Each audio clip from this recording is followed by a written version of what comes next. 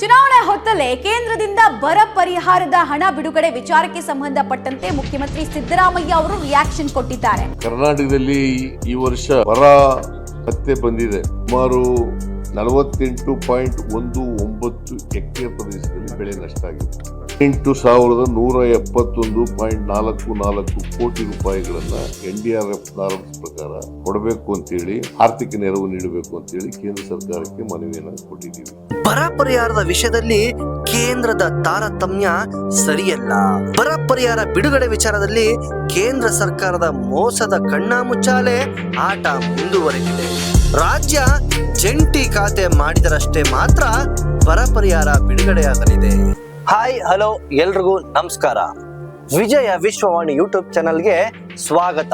ಬರ ಪರಿಹಾರದ ವಿಷಯದಲ್ಲಿ ಕೇಂದ್ರದ ತಾರತಮ್ಯ ಸರಿಯಲ್ಲ.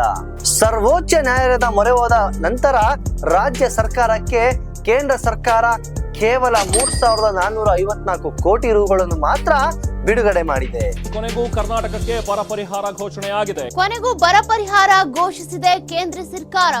ಆದರೆ ರಾಜ್ಯ ಸರ್ಕಾರ ಮನವಿ ಸಲ್ಲಿಸಿದಷ್ಟು ಹಣ ಬಿಡುಗಡೆಯಾಗಿಲ್ಲ.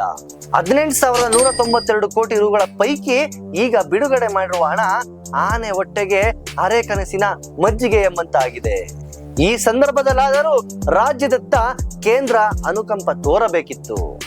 ಆದರೆ ಅದ್ಯಾಕೋ ಗೊತ್ತಿಲ್ಲ, ಕೇಂದ್ರದ ಮಲತಾಯಿ ಧೋರಣೆ ರಾಜ್ಯದ ವಿರುದ್ಧ ಮುಂದುವರೆದಿದೆ. ಇದು ಒಕ್ಕೂಟ ವ್ಯವಸ್ಥೆಯಲ್ಲಿ ಸರಿಯಾದ ಕ್ರಮವಲ್ಲ. ಇದನ್ನು ಖಂಡಿಸಿ ರಾಜ್ಯ ಸರ್ಕಾರ ಇಂದು ಮತ್ತೊಮ್ಮೆ ಬೀದಿಗಿಳಿಯುವ ಮೂಲಕ ತನ್ನ ಆಕ್ರೋಶ ವ್ಯಕ್ತಪಡಿಸುತ್ತಿದೆ. ಇನ್ನು ಇದಕ್ಕೆ ಸಂಬಂಧಿಸಿದಂತೆ ರಾಜ್ಯ ಪ್ರತಿಪಕ್ಷ ಬಿಜೆಪಿ ಮತ್ತು ಆಡಳಿತ ಪಕ್ಷದ ನಡುವೆ ಮಾತಿನ ಸಂಹಾರ ನಡೆಯುತ್ತಿದೆ.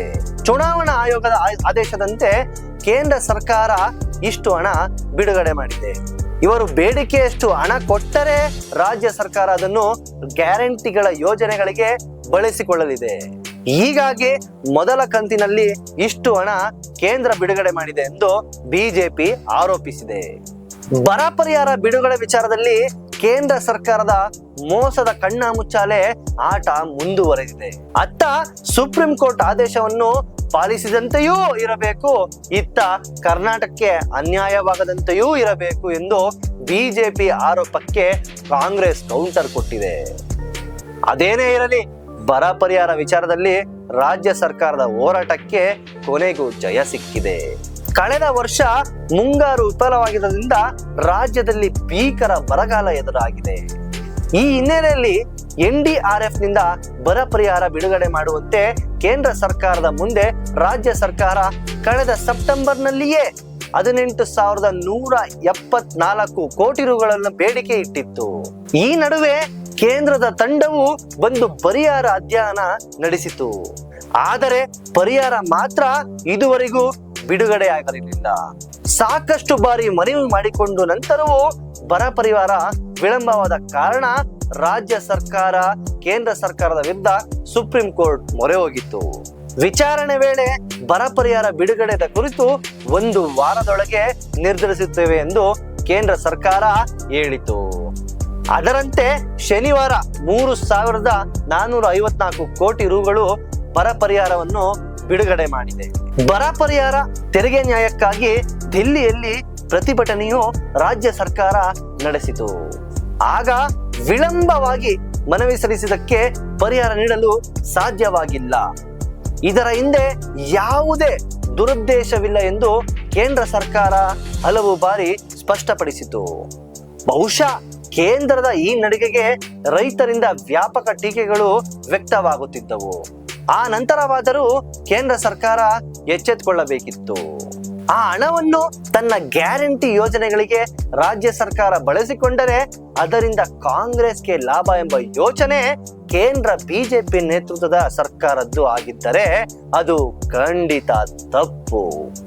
ಯಾಕೆಂದರೆ ಅಂದೇ ಬಿಡುಗಡೆ ಮಾಡಿದ್ದರೆ ಈ ಚುನಾವಣೆ ಸಂದರ್ಭದಲ್ಲಿ ಇಂತಹ ಮುಜುಗರ ಎದುರಿಸುವ ಪರಿಸ್ಥಿತಿ ಬಿಜೆಪಿಗೆ ಎದುರಾಗುತ್ತಿರಲಿಲ್ಲ. ರಾಜ್ಯ ಜಂಟಿ ಖಾತೆ ಮಾಡಿದರಷ್ಟೇ ಬರ ಪರಿಹಾರ ಬಿಡುಗಡೆಯಾಗಲಿದೆ ಎಂದು ಕೇಂದ್ರ ಸಚಿವರಾದ ಶೋಭಾ ಕರಂದ್ಲಾಜೆ ಅವರು ಇದೇ ಜನವರಿಯಲ್ಲಿ ಹೇಳಿದ್ದನ್ನು ಇಲ್ಲಿ ಸ್ಮರಿಸಬೇಕು. ಅವರು ಹಲವು ಬಾರಿ ಮನವಿ ಮಾಡಿದರೂ ಬರ ಪರಿಹಾರಕ್ಕೆ ಕೇಂದ್ರದ ಹಣ ಬಿಡುಗಡೆ ಆಗಲಿಲ್ಲ ಎಂಬ ಗೃಹ ಸಚಿವ ಡಾಕ್ಟರ್ ಜಿ ಪರಮೇಶ್ವರ್ ಅವರು ಹೇಳಿಕೆಗೆ ಪ್ರತಿಕ್ರಿಯೆ ನೀಡಿ ಈ ಮಾತನ್ನು ಹೇಳಿದ್ದರು.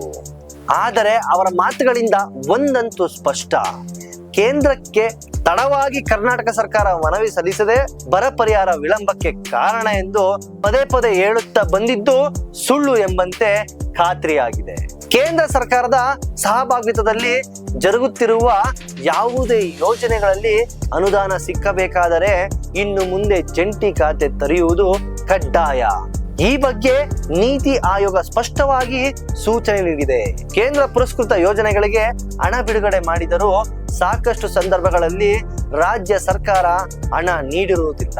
ಕೇಂದ್ರದ ಹಣ ವೆಚ್ಚವಾಗಿದ್ದರೂ ಹಣ ಕೊಡದೆ ರಾಜ್ಯ ಸತಾಯಿಸುತ್ತದೆ. ಇದರಿಂದ ಯೋಜನೆ ಜಾರಿ ಮಾಡುವುದು ಕಷ್ಟಕರವಾಗುತ್ತದೆ. ಹಾಗಾಗಿ ಜಂಟಿ ಖಾತೆ ಕಡ್ಡಾಯ ಮಾಡಲಾಗಿದೆ ಎಂದು ಶೋಭಾ ಕರಂದ್ಲಾಜೆ ಅವರು ಸ್ಪಷ್ಟನೆಯಲ್ಲಿ ಈ ವಿಚಾರದಲ್ಲಿನ ಸತ್ಯತೆಯನ್ನು ಬಯಲಾಗಿದೆ. ಅಭಿವೃದ್ಧಿ ಅನುದಾನ ನೀಡುವ ವಿಚಾರದಲ್ಲಿ ಕೇಂದ್ರ ಸರ್ಕಾರವು ಯಾವುದೇ ರಾಜ್ಯಕ್ಕೂ ತಾರತಮ್ಯ ಮಾಡುತ್ತಿಲ್ಲ. ಬರ ಪರಿಹಾರದ ನೆರವು ಪಡೆಯಬೇಕಾದರೆ ರಾಜ್ಯ ಸರ್ಕಾರವು ರಾಜ್ಯ ಹಾಗೂ ಕೇಂದ್ರ ಸರ್ಕಾರದ ಹೆಸರಿನಲ್ಲಿ ಜಂಟಿ ಬ್ಯಾಂಕ್ ಖಾತೆ ತೆರೆಯಬೇಕು. ರಾಜ್ಯ ಸರ್ಕಾರ ಜಂಟಿ ಖಾತೆ ತೆರೆದ ಕೂಡಲೇ ಕೇಂದ್ರದಿಂದ ಹಣ ಬಿಡುಗಡೆ ಮಾಡಲಾಗುವುದು. ಬರ ಪರಿಹಾರ ಮಾತ್ರವಲ್ಲದೆ ಕೇಂದ್ರ ಸರ್ಕಾರದ ಸಹಭಾಗಿತ್ವ ಯೋಜನೆಗಳಲ್ಲಿ ಅನುದಾನ ಪಡೆಯಲು ಇನ್ನು ಮುಂದೆ ಜಂಟಿ ಖಾತೆ ತೆರೆಯುವುದು ಕಡ್ಡಾಯವೆಂದು ನೀತಿ ಆಯೋಗ ಸ್ಪಷ್ಟ ಸೂಚನೆ ನೀಡಿದೆ. ಆದರೆ ನೀತಿ ಆಯೋಗದ ಈ ಸೂಚನೆಯನ್ನು ಯಾವೆಲ್ಲ ರಾಜ್ಯಗಳು ಪಾಲಿಸಿವೆ ಎಂಬುದನ್ನು ಅದೇ ಶೋಭಾ ಕರಂದ್ಲಾಜೆ ಅವರು ಸ್ಪಷ್ಟಿಸಬೇಕಿತ್ತು. ವೀಕ್ಷಕರೇ, ಈ ವಿಷಯದ ಬಗ್ಗೆ, ಈ ಬರ ಪರಿಹಾರದ ವಿಷಯದಲ್ಲಿ ನಿಮ್ಮ ಅಭಿಪ್ರಾಯಗಳನ್ನು ನಮ್ಮ ಕಮೆಂಟ್ ಬಾಕ್ಸ್ ಮೂಲಕ ತಿಳಿಸಿ.